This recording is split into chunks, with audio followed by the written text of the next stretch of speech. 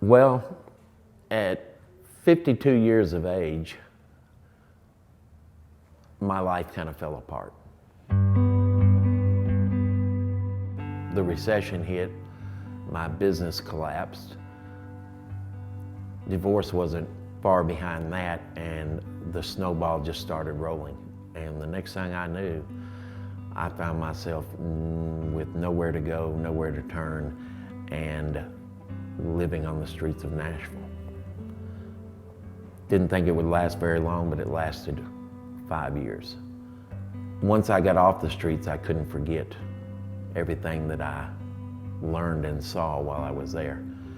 And so literally starting out of the trunk of my car with a couple of friends, working out of our own pockets, I went back to the streets and started doing what I could do to help those that weren't as fortunate as me, that were still out there. And from that, Home Sweet Home was born.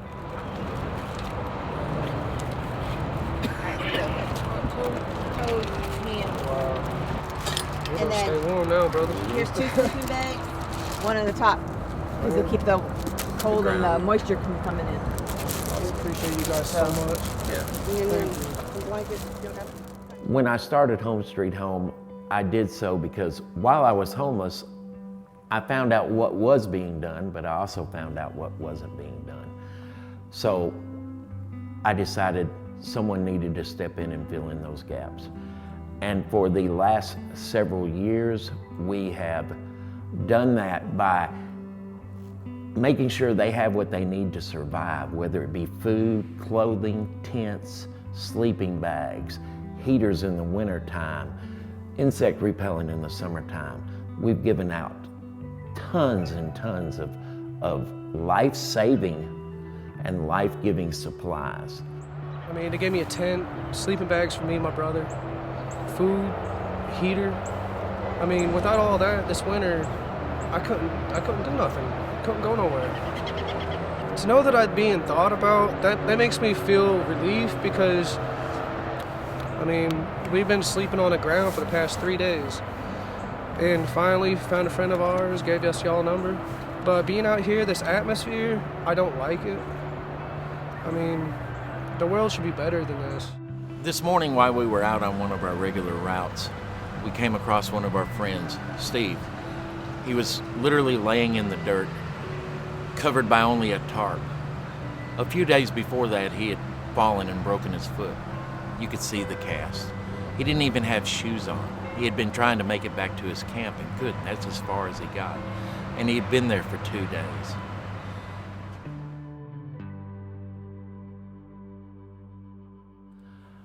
I often have people tell me, we want to help, but we don't know how. Well, we do know how.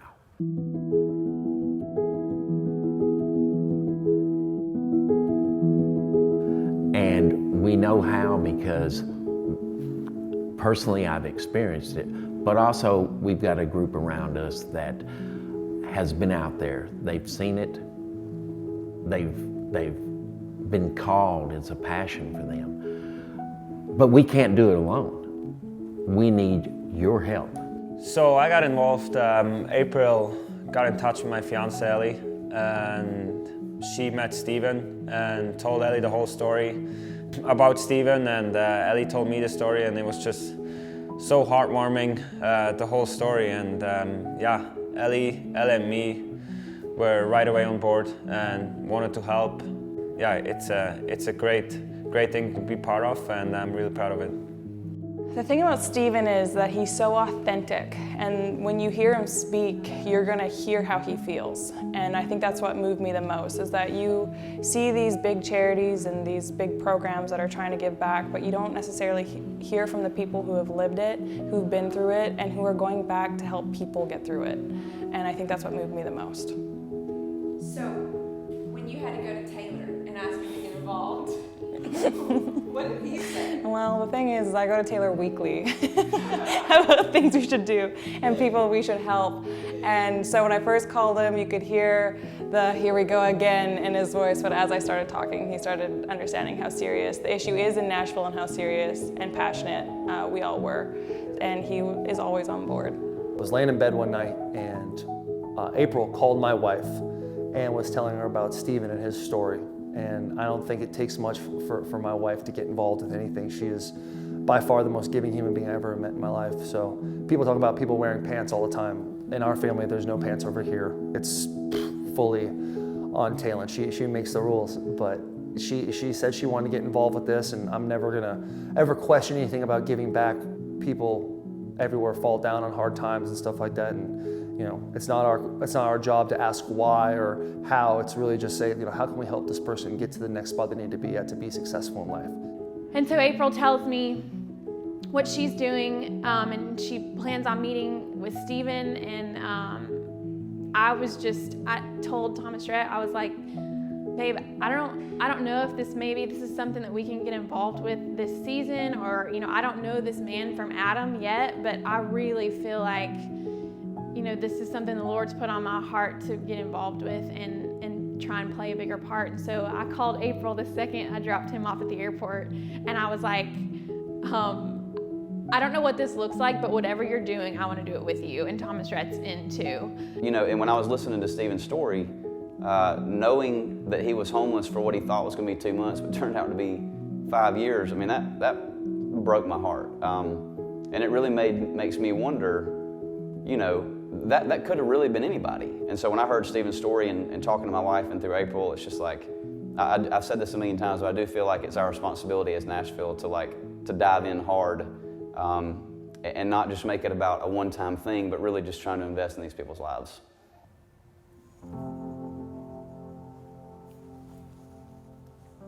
In my family, there is actually a person that's very, very close to me that is bordering on homelessness. And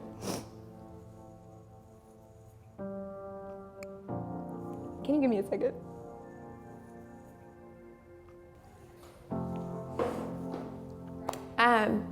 So when I think about the homeless, I have this face in my mind that is a close person to me. And this person, is hopeless, whether it's the decisions that they made or things in life that happened to them. And when I think about that person's life, when you started out without much and then you end up homeless. And I hear a lot of people say, well, why don't they go get a job? And one of the things that Stephen said to me that really hit home was, well, would you offer them a job? And when I think about the hopelessness of not being able to get a job if you want one, or just the rising rates of Nashville and the rent, there's a lot of people that have good jobs that are really, it's hard to pay rent. You add a kid, you add 2 jobs at minimum wage, and you just got a raise in your rent, and you're on the streets. And I was driving past this person in the heart of Green Hills, and they had a hoodie, a pair of Nike shoes, no socks, and it was sleeting outside. It was literally hitting them in the face. And for the first time I drove past that person, I didn't have anything to give, or I would have given it, and I had my kids in the car. But I could say to myself, Stephen's got this. Stephen is gonna find this person, and Stephen is gonna get them the tent or the sleeping bag or the propane tank or whatever they need. And I don't care what your past is, I don't care what you've done.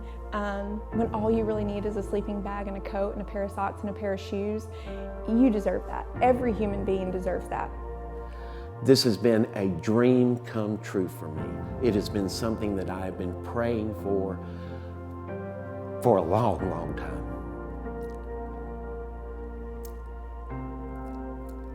Words can't express my gratitude. So from myself, from the entire Home Sweet Home team, and the thousands of homeless brothers and sisters, thank you from the bottom of our hearts.